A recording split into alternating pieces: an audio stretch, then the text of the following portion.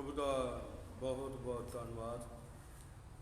अज 28 सितंबर 2012 प्रभु का धन्यवाद करता हाँ कि अज उसने फिर साढ़े जीवनों के उत्ते बहुत बड़ी दया और कृपा की है और उसने सानू संभाल के रखा है। अजी जो अज का संदेश है मूसा का जन्म, तो अज असी मूसा के जन्म के उत्ते उहदे 3 महीने लकाए जान के उत्ते और उन्होंने पानी विच रखन के उत्ते और फिरौन की बेटी दे आउण उत्ते और उसका नाम मूसा रखन वास्ते ये 3-4 गल्लां दे उत्ते अज का संदेश होवेगा। मेरे अजीजो, प्रभु तुहानू बहुत वड्डी कृपा देवे और मूसा का जन्म जिसनू अज तुहाडे सामने बाइबल दे विचों लिखतां दे विचों लै रहा हाँ और तुहाडे सन्मुख उन्हां सारियां लिखतां नू रख रहा। लिखिया है, लेवी दे घराणे दे एक मनुख ने जाके लेवी दी धी नू विआह लिया अते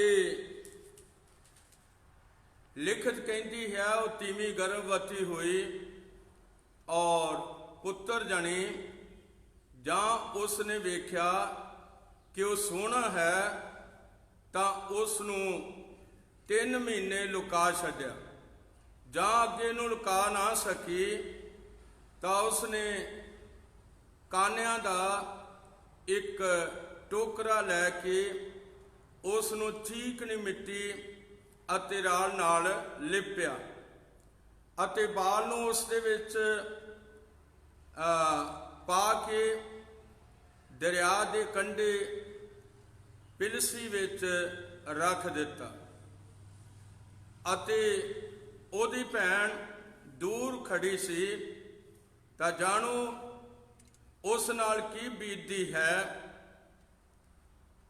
खुदावंद बहुत वड्डी बरकत देवे।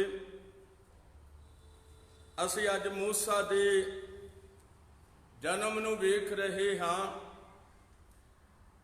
वचन कहता है कि लेवी दे एक घराने दे आदमी ने लेवी दे घराने विचों एक औरत नाल शादी की थी। और ये आदमी कौन है? ये आदमी का नाम अमराम है और उसकी पत्नी का नाम योबेकदे है। मेरे अजीजो, उन्हां दी शादी हो गई और असी देखते हाँ कि उन्हां दे इकट्ठे होने तो उन्हां दे घर एक बेटा जम्मिया जो बहुत ही सोहना सी, बहुत ही सोहना सी। लिखत कहती है कि उसनों 3 महीने योबेकदे ने लगा के रखिया और जो होर अगे ना लगा सकी तो उसने कानिया का एक टोकरा लिया और उन्होंने राल दे नाल लिपया, पहले चीकनी मिट्टी नाल उन्होंने लिपया और उस विच मूसा नू रखिया और पिरसी दे विच उस टोके नू रख दिता और मरियम नू वो टोकरा चका के ते दरिया दे कंढे उत्ते मरियम लैके गई और उसने उसनू पानी विच रख दिता। तो मैं दस रहा हाँ कि जद उसनू पानी विच रख दिता गया ते वचन कहता है कि मरियम दूर खलो के वेख रही सी। ये चौथी आयत है।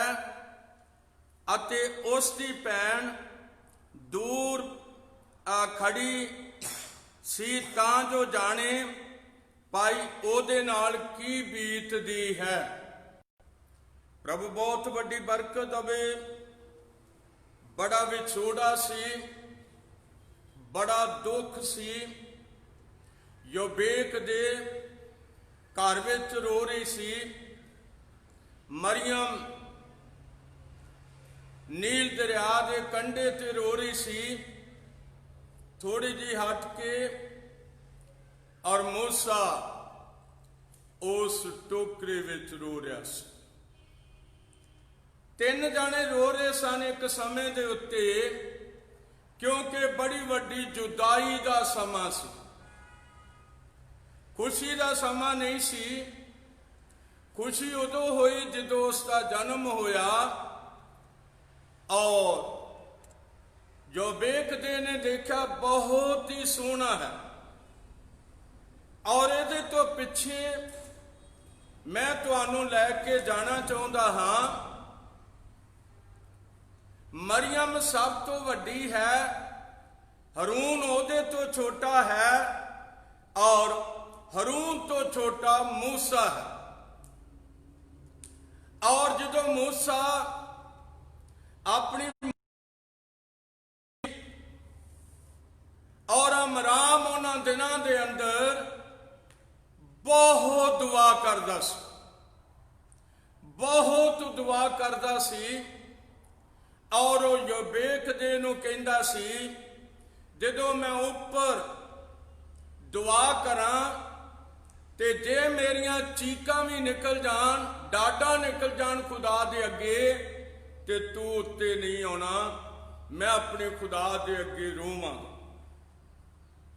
ਮੇਰੇ ਅਜੀਜ਼ੋ, ਅਮਰਾਮ ਕਿਉਂ ਰੋ ਰਿਹਾ ਸੀ?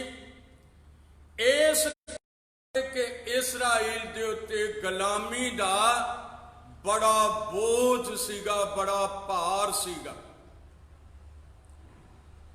ਔਰ ਪ੍ਰਭੂ ਯਹੋਵਾ ਵੀ ਚਾਹੁੰਦਾ ਸੀ ਕਿ ਇਸਰਾਈਲ ਦੇ ਮਿਸਰ ਦੇ ਅੰਦਰ ਇਸਰਾਈਲ ਦੇ ਲਈ ਇੱਕ ਛੁਟਕਾਰਾ ਦੇਣ ਵਾਲਾ ਭੇਜਿਆ ਜਾਵੇ। ਪ੍ਰਭੂ ਬਹੁਤ ਵੱਡੀ ਕਿਰਪਾ ਦੇਵੇ। ਅਮਰਾਮ ਦੀਆਂ ਪ੍ਰਾਰਥਨਾ ਦਾ ਉੱਤਰ ਮਿਲ ਗਿਆ। ਔਰ ਜਦ ਮੂਸਾ ਦਾ ਜਨਮ ਹੋਇਆ, ਉਸ ਨੂੰ 3 ਮਹੀਨੇ ਲੁਕਾ ਕੇ ਰੱਖਿਆ ਗਿਆ।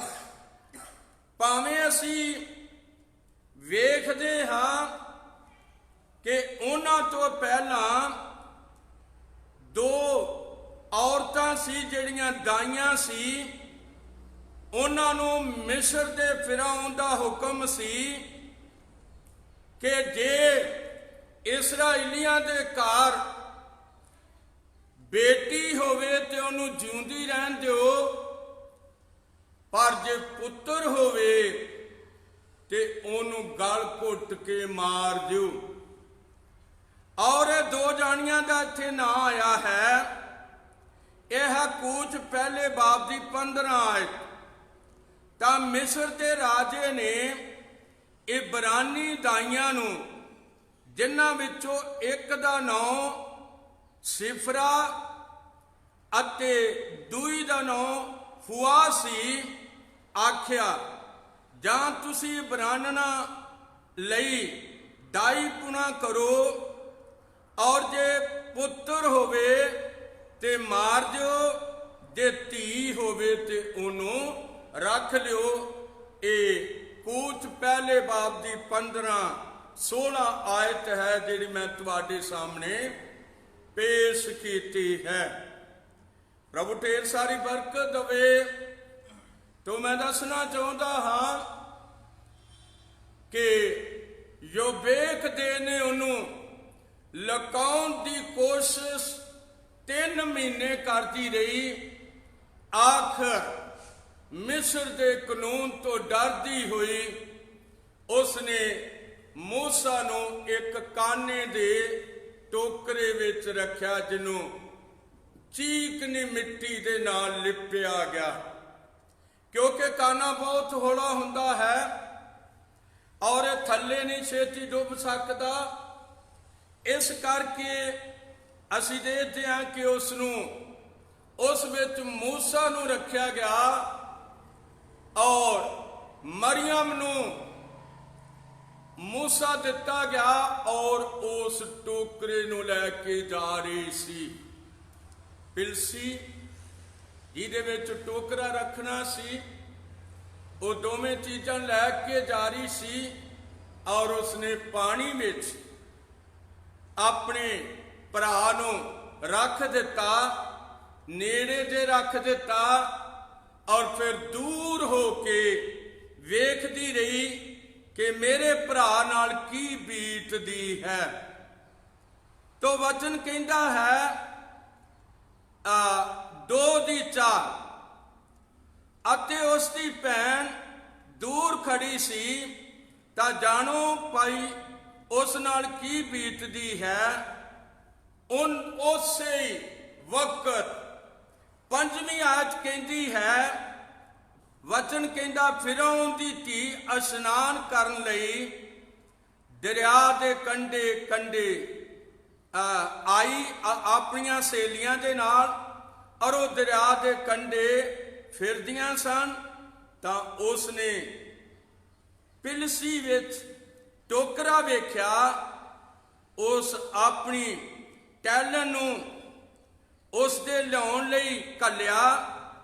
ਜਾਂ ਉਸਨੇ ਉਸ ਨੂੰ ਖੋਲਿਆ ਤਾਂ ਉਸਨੇ ਬਾਲ ਨੂੰ ਡਿੱਠਾ ਅਤੇ ਵੇਖੋ ਉਹ ਮੁੰਡਾ ਰੋ ਰਿਹਾ ਸੀ। ਦੱਸ ਰਿਹਾ ਹਾਂ ਯੋਬੇਕ ਦੇ ਘਰ ਵਿੱਚ ਰੋ ਰਹੀ ਸੀ ਕਿਉਂਕਿ ਪੁੱਤਰ ਵਿਛੜ ਕੇ ਜਾ ਰਿਹਾ ਸੀ। ਪੁੱਤਰ ਜਿਹੜਾ ਬੜਾ ਹੀ ਸੋਹਣਾ ਸੀ, ਉਸ ਨੂੰ ਉਹਦੇ ਵਿਛੋੜੇ ਦੇ ਕਾਰਨ ਯੋਬੇਕ ਦੇ ਘਰ ਵਿੱਚ ਰੋ ਰਹੀ ਸੀ ਔਰ ਮੂਸਾ ਨੂੰ ਉਸ ਦੀ ਭੈਣ ਨੇ ਖੜਿਆ ਦਰਿਆ ਦੇ ਵਿੱਚ ਰੱਖਣ ਦੇ ਲਈ ਔਰ ਉਹ ਦਰਿਆ ਦੇ ਕੰਢੇ ਤੇ ਰੋ ਰਹੀ ਸੀ। ਔਰ ਜਦੋਂ ਮੂਸਾ ਨੂੰ ਫਿਰੌਨ ਦੀ ਧੀ ਨੇ ਇੱਕ ਟਹਿਲਣ ਨੂੰ ਕਿਹਾ, ਉਹ ਪਿਲਸੀ ਲੈ ਗਿਆ ਔਰ ਉਹ ਗਈ ਪਾਣੀ ਦੇ ਵਿੱਚੋਂ ਪਿਲਸੀ ਸਣੇ ਟੋਕਰਾ ਆਂਦਾ ਜਿਹਦੇ ਉੱਤੇ ਢੱਕਣ ਸੀ ਔਰ ਜਦ ਉਹ ਖੋਲਿਆ ਉਹ ਬੱਚਾ ਰੋ ਰਿਹਾ ਸੀ। 3 ਜਾਣੇ ਰੋ ਰਹੇ ਸਨ।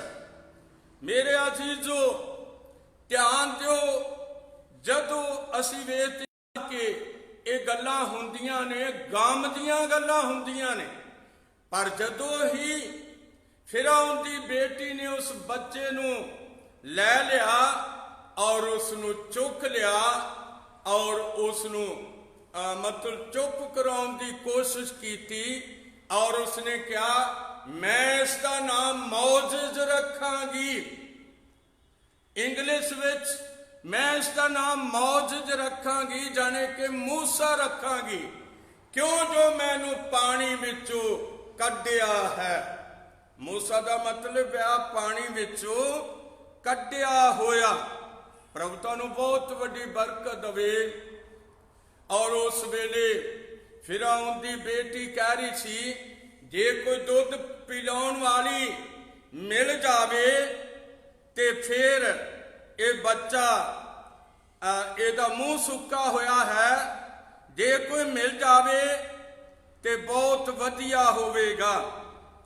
ਔਰ ਲਿਖਿਆ ਹੈ ਵਚਨ ਦੇ ਅੰਦਰ 8ਵੀਂ ਆਇਤ, ਤਾਂ ਫਿਰੌਨ ਦੀ ਧੀ ਨੇ ਆਖਿਆ ਜਾ ਉਹ ਛੋਕਰੀ ਜਾ ਕੇ ਬਾਲ ਦੀ ਮਾਂ ਨੂੰ ਸੱਦ ਲਈ। ਉਹ ਕੌਣ ਸੀ? ਉਹ ਮਰੀਅਮ ਸੀ, ਜਿੰਨੇ ਵਕਤ ਨਹੀਂ ਸੀ ਗਵਾਇਆ ਜਦੋਂ ਉਹਦੇ ਮੂੰਹ ਚੋਂ ਨਿਕਲ ਰਿਹਾ ਸੀ ਕਿ ਕੋਈ ਦੁੱਧ ਪਿਲਾਉਣ ਵਾਲੀ ਮਿਲ ਜਾਵੇ ਔਰ ਉਸਨੇ ਆਪਣੇ ਆਪ ਨੂੰ ਹਾਜ਼ਰ ਕਰ ਦਿੱਤਾ। ਜੇ ਮੈਨੂੰ ਤੁਸੀਂ ਆਖੋ ਤੇ ਮੈਂ ਲੈ ਕੇ ਆਵਾਂ, ਉਹ ਕਹਿੰਦੀ ਛੇਤੀ ਲੈ ਕੇ ਆ। ਔਰ ਹੁਣ ਅਸੀਂ ਦੇਖਦੇ ਹਾਂ ਜਿੱਥੇ ਵੀ ਛੋੜਾ ਹੈ ਉੱਥੇ ਮਿਲਾਪ ਹੋਣ ਲੱਗਾ ਹੈ। ਮਰੀਅਮ ਭੱਜ ਕੇ ਗਈ ਹੈ ਔਰ ਉਹਨੇ ਯੋਬੇਕ ਦੇ ਨੂੰ ਕਿਹਾ ਆਪਣੀ छेती कर। मूसा रो रहा है और फिरौन दी बेटी ने उन्होंने फड़िया होया है और उन्हें मैनू कलिया है, छेती कर, छेती कर, छेती कर। याद रखो, दोवें छेती छेती भजियां आ रही ने और जिस वेले फिरौन दी बेटी ने मूसा और उसनू मूसा दी मां नू फड़ाया, उहदे हत्थां विच दिता। उन्हें क्या तू मेरे लिए इनू दुध पिलाया करेगी और इहदे लई मैं तेनू मजदूरी भी दवांगी। तो मेरे अजीजो, मां दे अथरू खुदा ने पूंज दिते, मां दे वगदे अथरू पूंजे गए, भैन दे वगदे अथरू पूंजे गए। हाथ उठा के कहना, मूसा दे भी अथरू पूंजे गए जदों उन्हों नील दरिया दे विचों कढ लिया गया। प्रभु तुहानू बहुत वड्डी किरपा दवे। जद कदे मुसीबतां आउंदियां ने ते वचन कहता है, खुदा कहता है, मैं तेरे अथरुआं नू कुप्पी विच सांभ लिया है, कुप्पी विच सांभ लिया है। और खुदा देख रहा सी, यहोवा परमेश्वर देख रहा सी और किस तरह पहले विछोड़ा है, फिर मिलाप हो गया है। मां नू पुत्र मिल गया है, भैन नू दा भरा मिल गया है और छुटकारा देन वाला मूसा जिहड़ा है एक छुटकारा देन वाला है। क्या कादा छुटकारा? उसने मिस्र विचों इस्राएल नू छुटकारा दिवाउणा सीगा। इस करके ओदे जन्म तो पहले एक कानून, काला कानून बन गया। कई बारी काले कानून देशों विच बनते रहते ने, तो मैं दसना चाहता, एक काला कानून मिस्र दे राजे फिरौन ने पास कर दिता भाई जे इब्रानियां इसराइलियां दे घर विच बेटी होवेगी वो जिंदा रहेगी और जे पुत्र होवेगा तो उसनू मार दिता जावेगा। प्रभु तुहानू बहुत वड्डी किरपा दवे।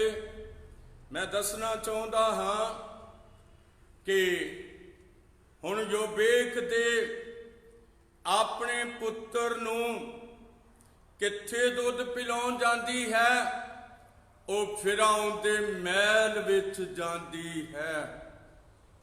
जिथे मूसा ने उस महल विच 40 साल गुजारे। मूसा वड्डा हो गया। मूसा नू प्रोफैसर, जिहड़े मिस्र दे प्रोफैसर सन, उसनू आके फिरौन दे घर विच पढ़ाउंदे सी और वो बहुत सारिया विद्या सीख गया, शास्त्र विद्या और याद रखो भूगोलिक विद्या और सारा कुछ उसने सीख लिया। जब उसने शास्त्र विद्या सीखी भाई बंदा किवें मारना है, तो प्रैक्टिस करने वास्ते एक दिन इसराइलियां दे कोल चला गया। और दसना चाहता, एक मिस्री इसराइली आदमी नू मार रहा सी और मूसा दे दिल विच सी कि मैं भी एक इसराइली हाँ।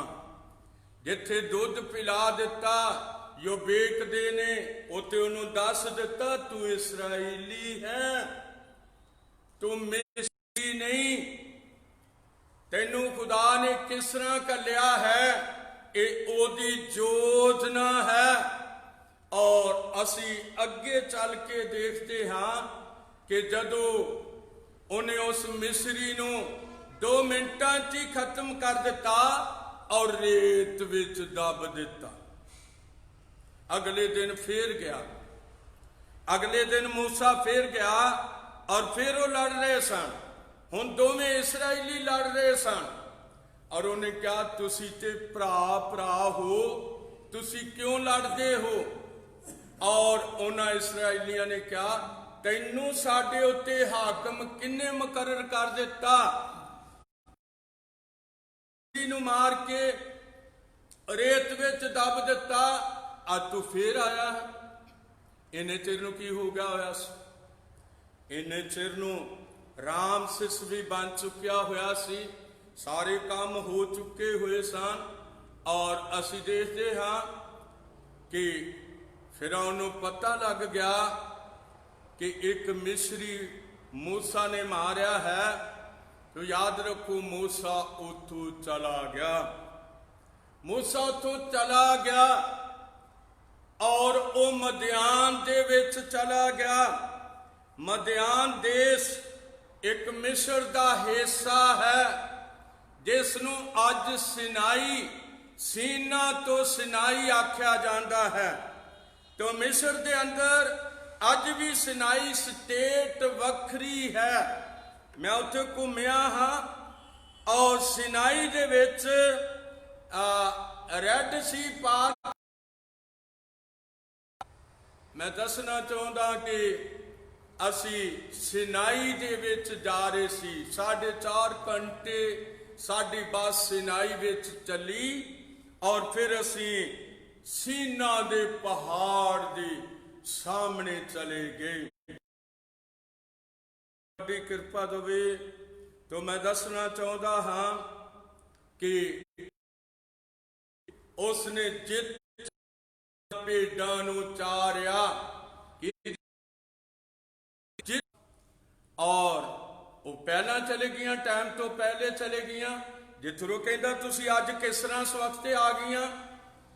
उसने कहा एक आदमी उत्थे खूह दे उत्ते सी, उन्हें सारियां नू झिड़क के परे कर दिता और साडियां भेडां पानी किथे है? वो कहते उत्ते खूह ते है। वो कहता क्यों छड्ड के आईया जे उन्होंने जाओ जाके लैके आओ। और फिर 40 साल जिथरो दियां भेडां चारियां, 40 ते 40 80। और जदों खुदा यहोवा दे नाल, यहोवा परमेश्वर दे नाल जदों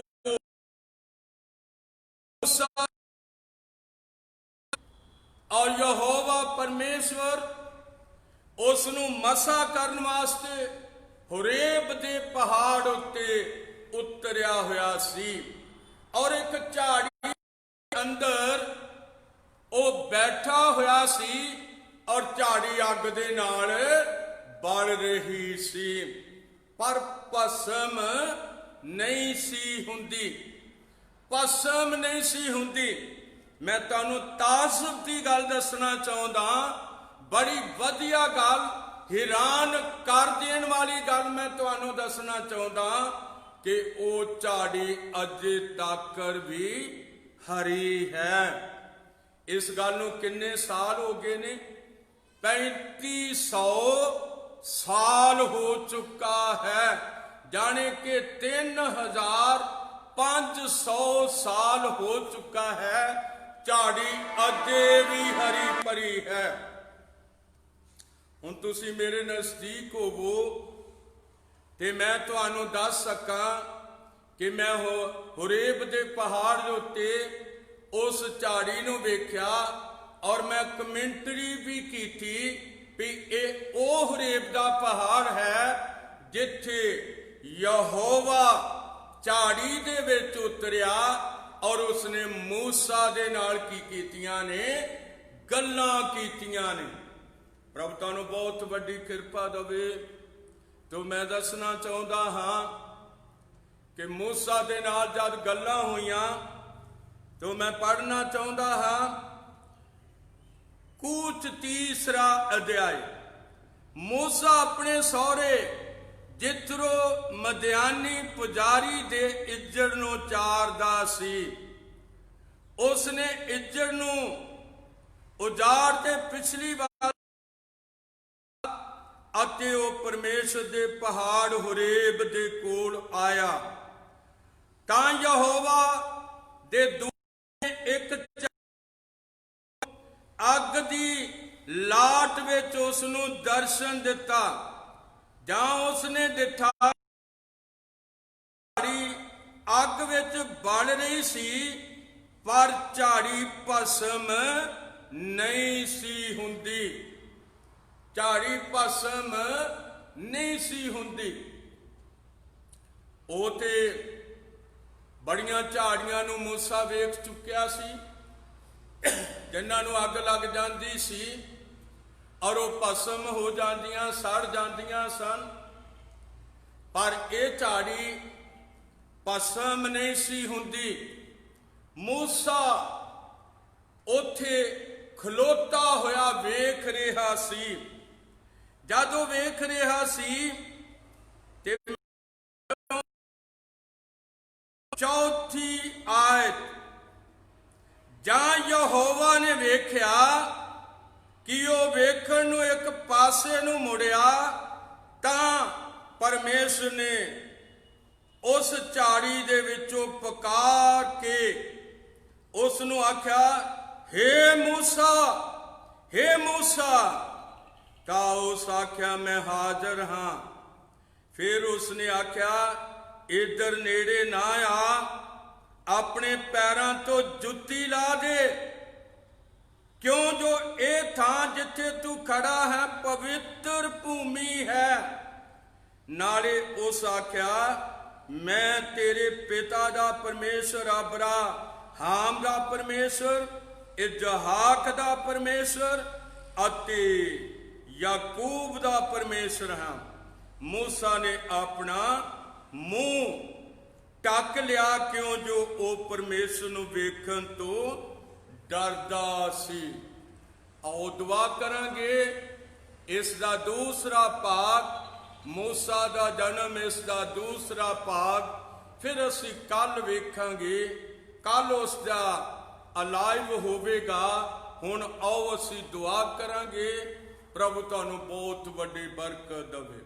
ਸੁਣਨ ਵਾਲਿਆਂ ਦੇ ਉੱਤੇ ਪ੍ਰਭੂ ਦੀ ਬਹੁਤ ਵੱਡੀ ਦਇਆ ਹੋਵੇ।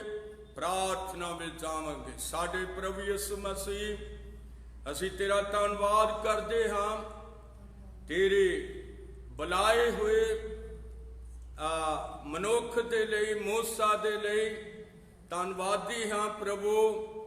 ਜਿਨ੍ਹਾਂ ਨੂੰ ਤੂੰ ਆਪਣੇ ਪਾਸ ਬੁਲਾਉਂਦਾ ਹੈ ਪ੍ਰਭੂ, ਤੂੰ ਉਹਨਾਂ ਨੂੰ ਬਰਕਤ ਦਿੰਦਾ ਹੈ ਪਿਆਰੇ ਖੁਦਾਵੰਦ। ਅੱਜ ਵੀ ਆਪਣੇ ਬੱਚਿਆਂ ਨੂੰ ਬਰਕਤ ਦੇ, ਜਿਨ੍ਹਾਂ ਨੇ ਮੂਸਾ ਦੇ ਜਨਮ ਦਾ ਲਾਈਵ ਸੁਣਿਆ ਹੈ ਪ੍ਰਭੂ। ਉਹਨਾਂ ਦੇ ਜੀਵਨ ਤੇ ਤੇਰੀ ਕਿਰਪਾ ਹੋਵੇ। ਮੇਰੀ ਵੀ ਬਜ਼ੁਰਗੀ ਦੇ ਦਿਨਾਂ ਵਿੱਚ ਪ੍ਰਭੂ ਮਦਦ ਕਰ। ਇਹ ਦੁਆ ਯਿਸੂ ਮਸੀਹ ਦੇ ਨਾਮ ਵਿੱਚ ਮੰਗਦੇ ਹਾਂ, ਆਮੀਨ।